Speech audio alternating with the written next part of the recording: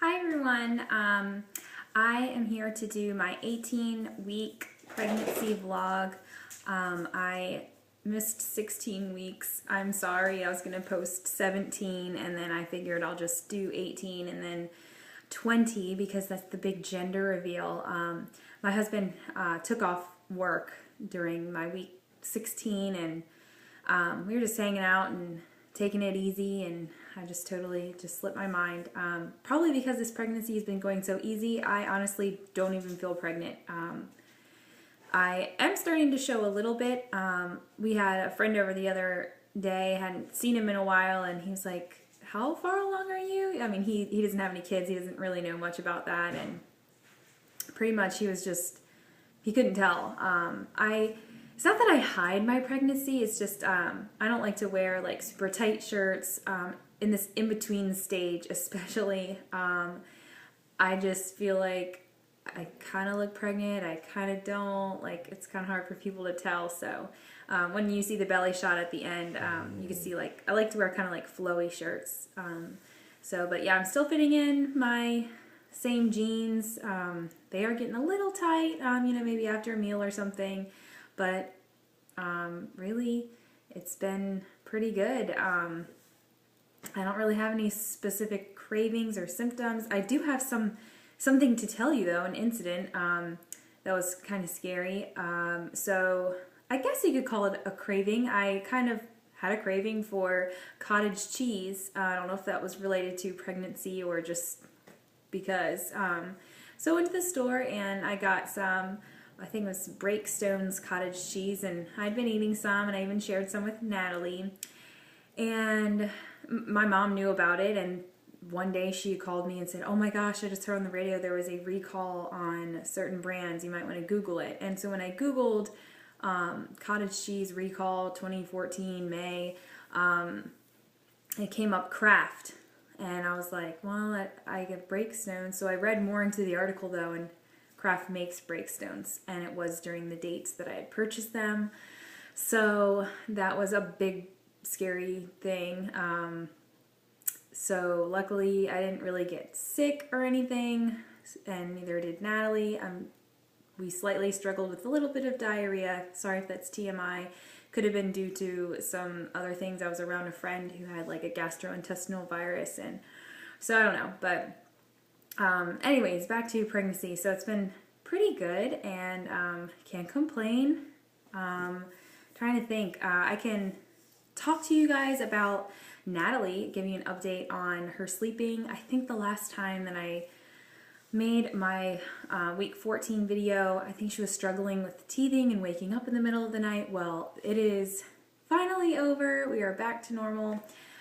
We got to a point where I think she was having like maybe twice a night terror, and the reason why my husband thought so is because it was totally different than what we had seen her experience before. She was seriously like unconsolable to the point of something happened. Like I could tell, she was scared or something was wrong. And afterwards, like I always keep her in the dark, and we change her diaper, rock her to sleep, or nurse or whatever. And I did that ever since the beginning, so she knows the difference of day and night. It's not time to play. I don't turn on the lights or the TV or anything. And we just keep her in that sleepy state. But with her being so unconsolable, I didn't know what to do. So I went into the bedroom with Michael, and I was just like, I don't know what to do. Can we turn on like a cartoon or something? And once she did calm down, and then she wanted to play. And it kind of reminded me of if I watch like a scary movie or something, I kind of want to do something lighthearted to get my mind off of this scary. So we think that's what happened. We talked to the pediatrician. She thinks the same thing. It could have been that. She also described night terrors as like kind of similar to when you sleepwalk, I guess. I mean, you're not really walking around, but they're kind of just like blankly staring, like their eyes are open. It seems like they're alert, but they're really like not conscious because they're experiencing this night terror. So it's like you have to get them out of that, and then you have to calm them back down and then put them back down. So it's a process. It took a while. I think that happened 2 nights. I don't know if that was like, probably, I mean, it was just related to her growing up and, you know, part of life. Her experiencing night terrors now for the first time, and then probably had separation anxiety because of that, and then teething on top of it is just a huge mess. But anyways, we are totally over that now. Right after all of that, she started sleeping like 12 hours straight instead of her normal 11. And I was just like, wow, this is crazy. Like, we went from horrible to wonderful. And then she went back to her normal 11, and we're back on track with that. So we're just so blessed to have such a good sleeper. I have so many other people that I, you know, talk to, and friends and stuff with, you know, babies and toddlers, and they just don't have that great of experience with a good sleeper. You know, Natalie was sleeping through the night since she was like 3 months old, and like with the whole teething thing, that was really just it was a couple months of struggle, but other than that, it's been wonderful. So, I don't know. All babies are different. I'm going to do this probably same thing that we did with Natalie, as far as, I guess, sleep training goes, but all kids are different, and I don't expect baby number 2 to sleep quite as perfectly as Natalie. So, and one kind of bummer thing with them being exactly like 2 years apart is Natalie now has all 4 of her molars. So I think that's why it was like hard, because she had the 4 on the top, the 4 on the bottom, and then they get their 4 first molars in, which it's next to the canine. That's your first molar. And so now she has all 4 of those, 1, 2, 3, 4, and then then they get their canines in, and then at around 2 is when they get their second molars in. So I'm really hoping that when I have a newborn baby, Natalie doesn't wake up again. Of course that might happen, and Daddy might have to handle it. Again, the whole nursing thing, not quite sure how that's gonna pan out. We're still nursing. She's definitely cutting back a lot. I read around the 20-week mark is when some babies do, if you're pregnant, that's when, if they're toddlers, if they're going to wean during, like self-wean, I guess, during your pregnancy, it usually happens during that 20-week point, and it looks like she's leading towards that, and I kind of think that that'll be easier, and Michael agreed as well. I just think that it'll just be a lot easier as far as the jealousy. However, I did read that some toddlers do, even if they have already weaned, once they see the newborn nursing, then they go back to nursing as well. So that might happen. I think I'm just going to play it by ear, just keep doing what we're doing. I was considering doing the, I guess, way of actively weaning. If she doesn't wean herself past 20 weeks, I was thinking about, I read where you can pretty much don't offer, don't deny. So don't offer the milk, but don't deny them the milk if they ask for it. I mean, sometimes she really does. She says milk, or me means milk, and obviously she's used to nursing in the morning, but there have been some mornings, like when she was sleeping in, I watch my dad's dog in the morning. So my dad would come around 8 o'clock, she's still sleeping, and I'm up, and I went to go get her instead of nurse her, which is our normal routine. I'm still laying in bed, and I hear her call out for me, and then I lay her in my bed, and we nurse, and then she'll be done, and we go downstairs and get breakfast. But I just took her straight downstairs, and she absolutely loves my dad, her Papa Nick, and she just didn't even ask for the milk, and I was almost considering maybe not giving it to her. We do give her regular cow's milk, so, but I just went ahead and did. But yeah, like I said, I'm considering maybe not offering it past the 20-week mark, but also not telling her she can't have it if she asks for it. So, trying to think. I think that's pretty much. Oh, I want to talk to you guys about the next video, which is, I'm probably not going to do one of these vlogs. I think they're kind of boring because they usually center around Natalie. Since I don't have many cravings or symptoms or pregnancy certain pregnancy related things. However, so next time I do it, it's going to be the gender reveal. I'm actually going to post 2 videos.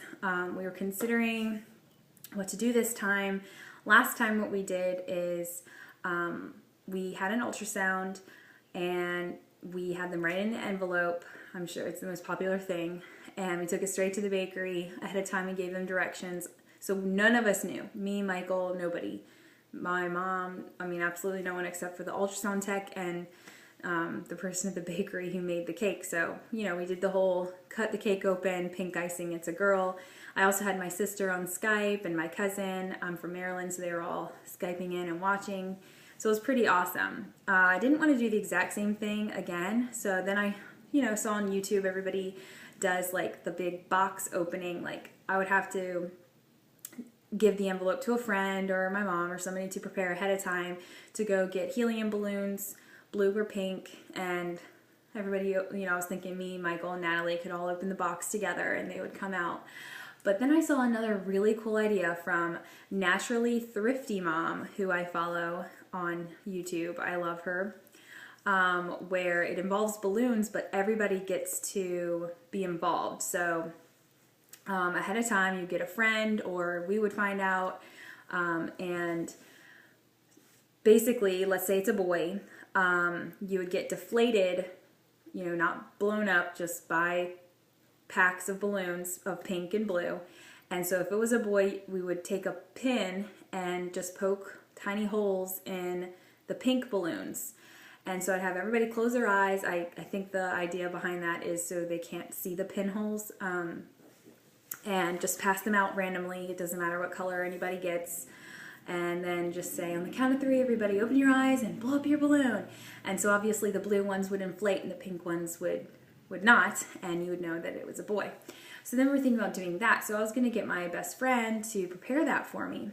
However, she's going to be on a mission trip in Disney. So unfortunately, she wasn't able to do that, and I was going to get my mom to do it, but she really loves surprises, and she doesn't get surprised very often, so I didn't really want to make her do that. So there's another girl I follow on YouTube, and her channel is called What's Up Moms, and she did this really cute idea where you go and you have your ultrasound, they write it in an envelope, then you go to the store, Babies R Us, Belk, Walmart. Well, I don't know how Walmart, that might not be the best, I guess, customer service when you go to checkout, but basically you go and you pick out one girl newborn outfit, one boy newborn outfit. It could be pink or blue or whatever, and you go to the checkout. You go to the clerk, and basically you tell them what you're doing. You hand them in the envelope, and you say,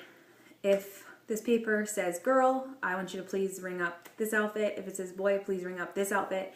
You give them your credit card, and you tell them to just ring it up, box it up so you can't see it, and put the other outfit away.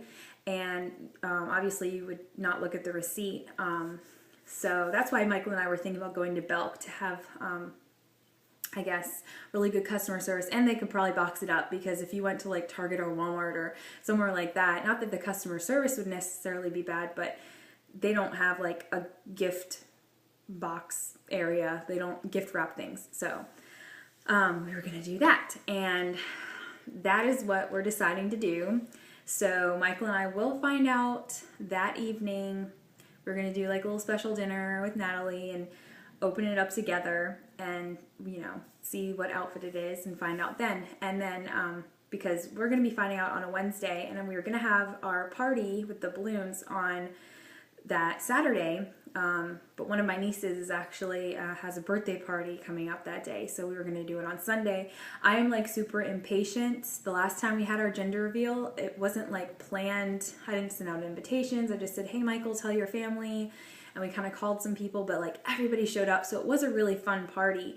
But we pretty much went to the ultrasound that day during the week and found out that evening. I don't think I could really wait that long. I mean, I know I could, but it would just be crazy with the anticipation. So I know that this video is running quite long, so I'm going to go and show you the belly shot and bid you guys farewell until the gender reveal. So let's see.